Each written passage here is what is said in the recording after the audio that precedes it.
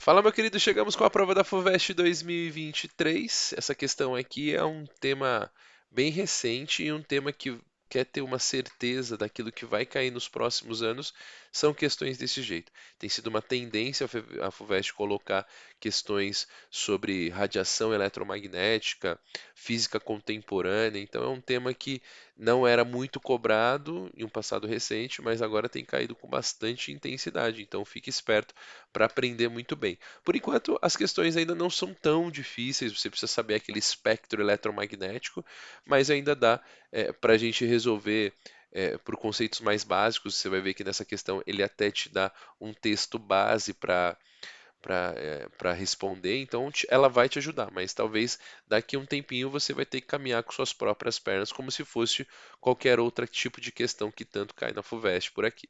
Então vamos lá? Então antes de a gente começar, se inscreve aqui no canal, nos ajude cada vez mais a chegar a tanta gente que está estudando física por aqui. Ó. Então ela fala assim: de acordo com o órgão responsável pela área de telecomunicações e difusão é, nos Estados Unidos, considera-se ionizante. Então, ó, vou marcar essa informação aqui, deixa eu até grifar aqui para você. Ó.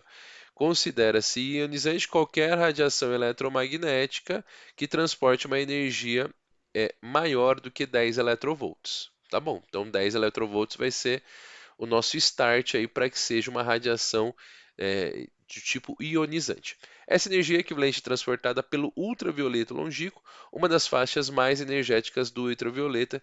Então é uma das faixas energéticas do ultravioleta, hein? Então aquele espectro eletromagnético, você precisa saber onde está mais ou menos o ultravioleta para responder bem essa questão, que se estende aí entre a faixa de 200, 122 e 200 nanômetros de comprimento de onda. Isso aqui talvez seja tão importante, mas vamos deixar isso aqui guardado.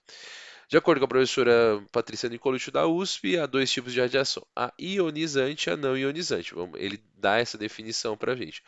Mas elas possuem características diferentes de interação com o corpo humano. Alguns tipos de interação são consideradas não ionizantes, ou então a primeira é a não ionizante, porque ela não tem energia suficiente para liberar elétrons quando interage com o tecido do corpo humano ou qualquer outro tipo de material. Então veja, se nós pegarmos a primeira que ela classifica, que é a não ionizante, ele interage lá com eles não interagem com o corpo humano porque ela não tem uma energia suficiente. Qual é a energia que ele está falando? Os 10 electrovolts, que é a faixa aqui do ultravioleta. Maravilha. Já a ionizante, ela é utilizada em medicina nuclear e radioterapia e tem uma energia maior, o que lhe confere essa característica de tirar elétrons dos átomos da matéria com a qual interage.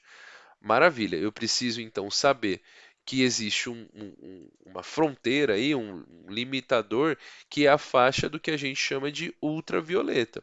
Vamos marcar essa informação, ó. O ultravioleta aqui é a qual ele tem uma energia de 10 electrovolts, ele é a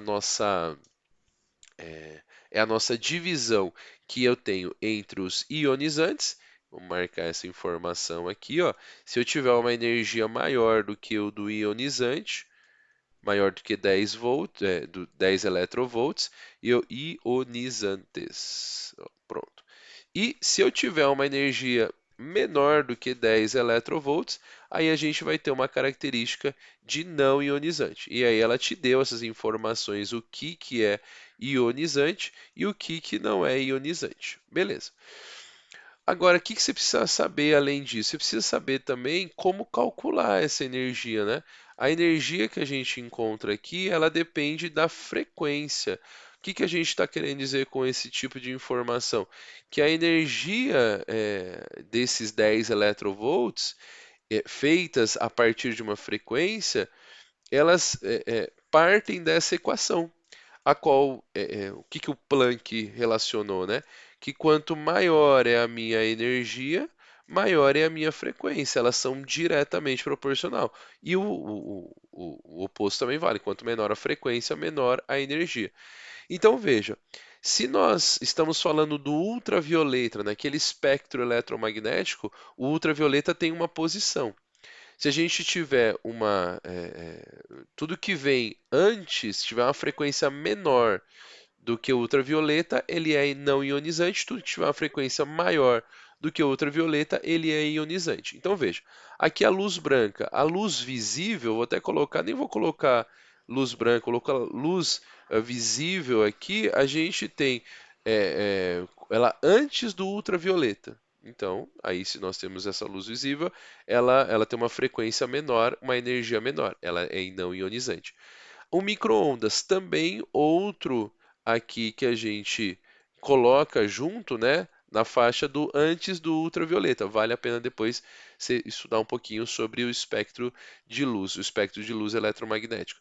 E o laser vermelho também, aqui a gente tem é, é, a gente consegue enxergar esse laser vermelho, né? Então ele tem uma faixa de frequência anterior a 10 electrovolts. E isso mostra para a gente que são exemplos de radiação não ionizante. A gente chega nessa alternativa A aqui sem problema. Agora vamos escolher por que as outras estão erradas. Ó, a radiação eletromagnética de comprimento de ondas maiores tem um efeito ionizante mais acentuado que comprimentos de onda menores.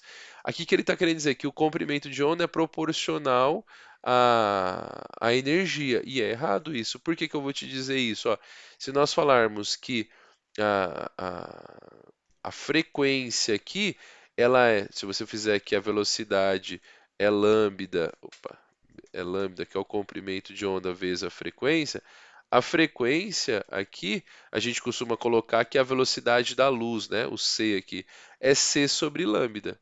Então, isolando a velocidade da luz é igual ao comprimento vezes a frequência. Então, o que que a gente tem?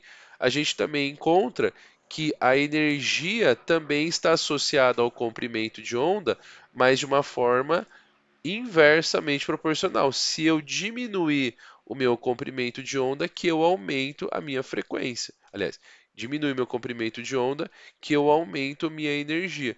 Então, nesse caso, o que ele está dizendo aqui? Onde está o erro? Ó? A radiação eletromagnética, os comprimentos de ondas maiores, então aqui é maior, ele tem um efeito ionizante mais acentuado, errado, né? Porque se isso aqui for grande, a energia é menor. Consequentemente, eu tenho um efeito ionizante menor. Então, isso está falso aqui no nossa. Deixa eu até colocar aqui onde está o erro no menor. Tá aqui, ó, os efeitos são maiores, é o contrário, né? A luz visível não pode ser considerada uma forma de radiação, uma vez que tem efeitos desprezíveis sobre o tecido do corpo humano. Errado, né? A luz visível, com certeza, ela faz parte do espectro eletromagnético de radiação, então isso daqui é totalmente fora. O efeito fotoelétrico é um exemplo de interação de radiação não ionizante. Aqui, onde está o erro, né? O efeito fotoelétrico é quando você pega um tipo de metal, né? Que quer que seja aqui, e você joga uma frequência, sei lá, o que quer que seja, você joga uma radiação sobre esse metal, e aí ele emite aqui para a gente um elétron. Um elétronzinho sai desse metal, né? Uma fraca ligação que permite com que esse elétron fuja daqui. Então, o efeito fotoelétrico, na verdade, ele é um efeito de radiação, uma interação ionizante com a matéria, porque a interação ionizante, a radiação ionizante, ela tem a característica de tirar elétrons. Então, o efeito fotoelétrico é quando eu jogo um feixe de luz aqui nesse material, por isso foto, e aí esse material consegue retirar os elétrons, consequentemente se torna uma radiação ionizante. E por último, a liberação dos elétrons de moléculas do tecido corpo humano por radiações ionizantes não afeta propriedades químicas dessas moléculas. Veja, se você está tirando elétrons dessa molécula, obrigatoriamente elas já se tornaram aí de repente até íons, né?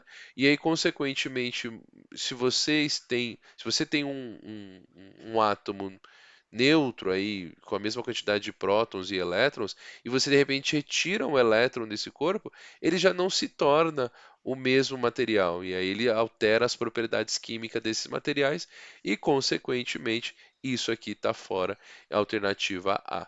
Bela questão para você começar a estudar as radiações eletromagnéticas que com certeza